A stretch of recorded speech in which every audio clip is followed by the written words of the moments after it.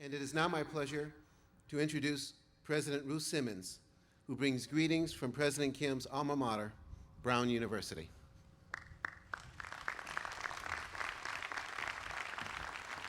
Thank you.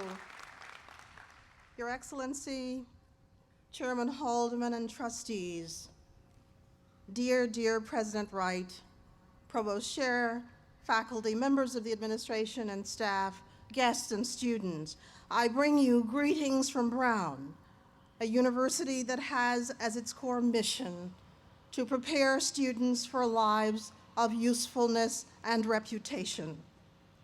Today, we at Brown take great pride in the vision, wisdom, and achievements of Brown alumnus Jim Yong Kim as he's inaugurated as the 17th president of this great university. It's painful to have to say that, this great university. His election as leader of Dartmouth continues and cements a long tradition of cooperation between our two institutions. I also bring you greetings from the Council of Ivy Presidents, the governing body of the fabled Ivy League of sports. Although the term Ivy League was first used in the 1930s, the agreement establishing a common framework for all intercollegiate sports in the 8 Ivy universities was not signed until 1954. Since that time, the league has grown in strength and distinction, not merely because of its athletic prowess, but also because of the academic rigor of member universities. Dartmouth athletics and its academic distinction have been an important component of this storied Ivy League history. President Kim, we look forward to welcoming you to your first Ivy Presidents meeting in December. I think it's fair to say that you will be surprised by the degree of passion and debate that typifies council meetings where, yes, athletics policy, compliance, and infractions dominate the agenda. Anyone beginning service as the president of a leading university, such as Dartmouth, invariably hears from skeptics that ours is an impossible task. They speak of the fractured nature of all academic communities today, where a president, in trying to forge a common agenda and strategic direction, must frequently balance opposing views, aims, intentions, and of course, identities.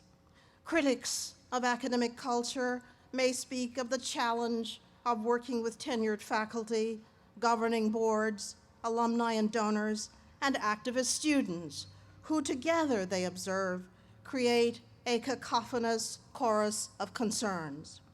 However, those who know the Academy well also recognize that at its core, the university is a community in which the importance of intellectual rigor, freedom of speech and inquiry, dispassionate analysis, scholarly and creative innovation, and a passion for problem solving in the service of society override the disparate aims of its members.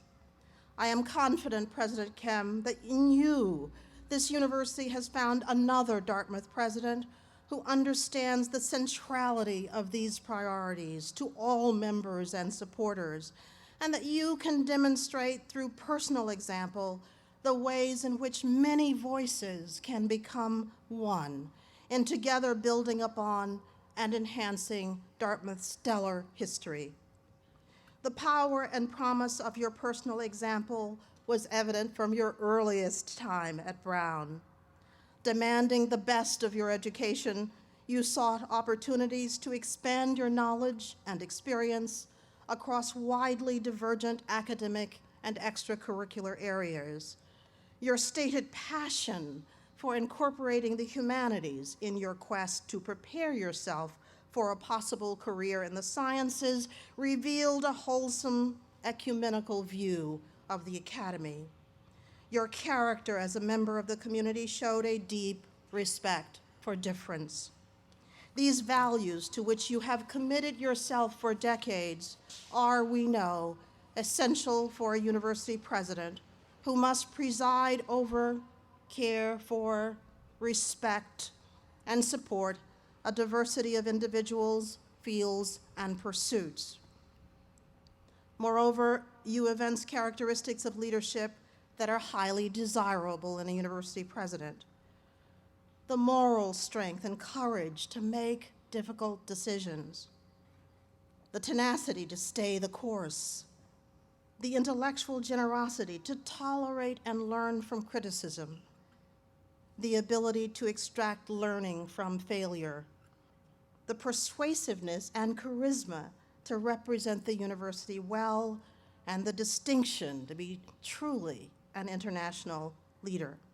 As president of Dartmouth, you are prepared to speak to the world and have the world speak back to Dartmouth. There are college and university leaders represented here today who welcome you into the fellowship of university presidents. We embrace you and offer you our support as you lead Dartmouth forward.